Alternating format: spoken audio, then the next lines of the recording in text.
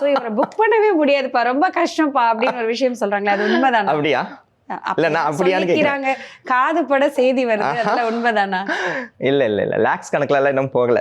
So அதனால தௌசண்ட்ஸ்ல தான் இருக்கு. 3 முடிச்சு நீங்களே போடுறீங்களா? மாப்பிள்ளை சொன்னாரு அம்மாவை கேட்கணும். ஏன் அம்மாவை கேட்கணும்? ஒய்ஃபை தானே கேட்கணும் அப்படிங்கிற ஒரு விஷயம் சொல்லியிருந்தீங்க. ஏன் அந்த இடத்துல ஒரு மனைவி அப்படிங்கிறவங்களுக்கு ஒரு முக்கியமான ஒரு முக்கியத்துவம் கொடுத்து அந்த வார்த்தை? மனைவி தானே எல்லாம். ஆக்சுவலா வந்து சம்பிரதாயப்படி பார்த்தீங்கன்னா அப்படின்னாக்கா, தாலி கட்டுறதுக்கு முன்னாடி வந்து மாப்பிள்ளையோடைய ரைட் சைடில் பொண்ணு இருக்கணும். ஆஃப்டர் மேரேஜுக்கு அப்புறமா அக்னி எல்லாம் சுற்றி வந்ததுக்கு அப்புறமா பொண்ணு வந்து லெஃப்ட் சைடுக்கு மாறிடணும். பையனுடைய லெஃப்ட் சைடுக்கு மாறிடணும். ஏன் லெஃப்ட் சைடுக்கு மாறணும் அப்படின்னாக்கா, இதயம் வந்து அங்கே தானே இருக்குது. ஸோ அதனால் இதயம் வந்து அவளுக்கு மட்டும்தான், ஆத்துக்காரிக்கு மட்டும்தான். அதுல லவ் பண்ணுவீங்க போலயே, இதுல இருந்து தெரியுது ஒரு லவ்வர் பாய் அப்படிங்கிறது தெரியுது. அதே ஆத்துக்காரி கிட்ட தான் கேட்கணும். ஸோ அதனால வந்து அது வந்து ஆம்படியாளுக்கு மட்டும்தான், வேற யாருக்கும் கொடுக்க முடியாது.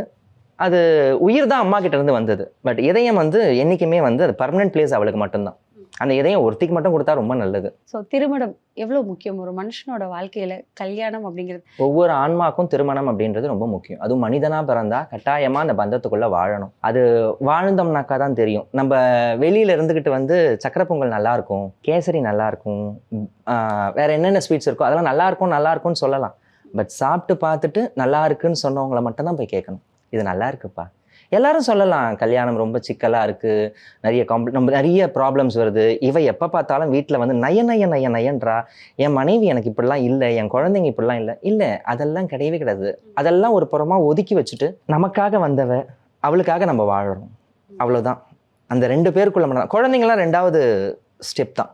ஸோ அந்த வட்டத்துக்குள்ளே வந்து அந்த கணவன் மனைவி மட்டும்தான். அவங்களுக்குள்ள எந்த விதமான இடையூறுகளுமே இருக்கக்கூடாது, அவங்க மட்டும்தான் இருக்கணும். அப்படி இருந்தா அந்த குடும்பம் ரொம்ப சந்தோஷமா இருக்கும். திருமணத்துக்கு இந்த விஷயங்கள் எல்லாம் பண்ணணும், இதெல்லாம் பண்ணினாதான் சரியா இருக்கும்னா என்னென்ன விஷயங்கள் பண்ணணும்?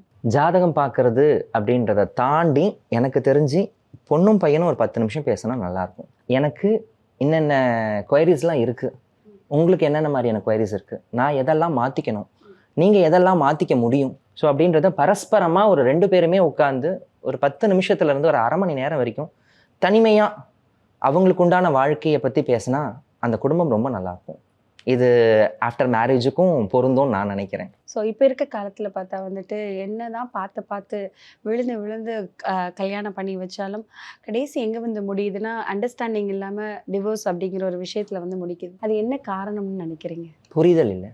ஒரே வார்த்தை, புரிதல் வேணும். ஈகோ இருக்கக்கூடாது, புரிதல் இருக்கணும். அவனுக்காக இவ விட்டு கொடுக்கணும், இவளுக்காக அவன் விட்டு கொடுக்கணும். அந்த விட்டு கொடுக்கறது எந்த அளவுக்கு அப்படின்றதுனாக்கா, அவனுக்காக எதுவாக இருந்தாலும் நான் விட்டு கொடுக்கணும், அவளுக்காக நான் எதுவாக இருந்தாலும் விட்டு கொடுக்கணும். அட் எண்ட் ஆஃப் த டே எனக்கு அவ வேணும், எனக்கு அவன் வேணும், அவ்வளோதான் வாழ்க்கை.